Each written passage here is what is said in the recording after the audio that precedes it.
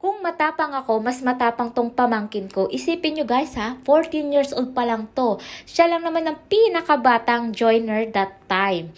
At sa mga nagtatanong kung ilang steps daw yung hagdan, bali 30 steps guys, binilang ko talaga para sa inyo.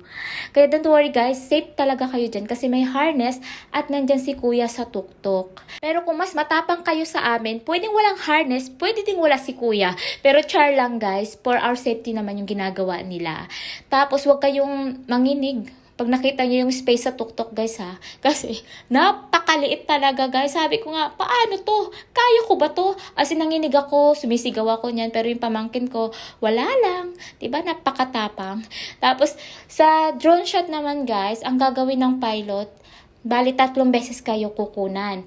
May nakatayo, ayan. Kaya ang tip ko, bago kayo pumunta dyan or nasa bahay pa lang kayo, mag-practice na kayo kung anong sasayawin nyo sa tuktok. Pwede naman nakatayo, pero depende sa inyo kung kaya nyo talagang sumayaw. Katulad ng pamangkin ko, di ba? Pak na pak, Gabriela ang sinayaw niya.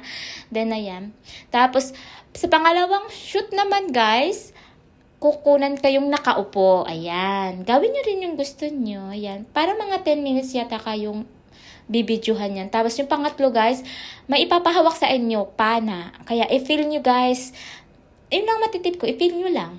Para maganda sa video, magandang memories na din yan. Kaya guys, sa mga balak pumunta na Espadang Bato, mag-ingat lang kayo guys. Sa mga matatapang dyan, go na! Thank you for watching guys!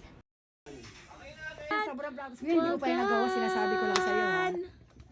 Si kuya, siniloloko ko si kuya, sabi ko, baka yung kaka-ensayo niya. Hindi niya magawa pagdating sa paluin ko yan. Ha? Gayahin ko yan, kuya. Sana, kaya ko. Sige na, kuya, ano yung steps mo kay gayahin ko? Maganda yung view dito. Ako doon magpapogi-pogi lang ako doon. Yun o. Very good! Kuya, wag mong dikipan kaya makita yung bilbil ko. Dapat sexy tayo sa Facebook. Yan okay na ba? Nervous talaga ang lola mo. Pagkatapos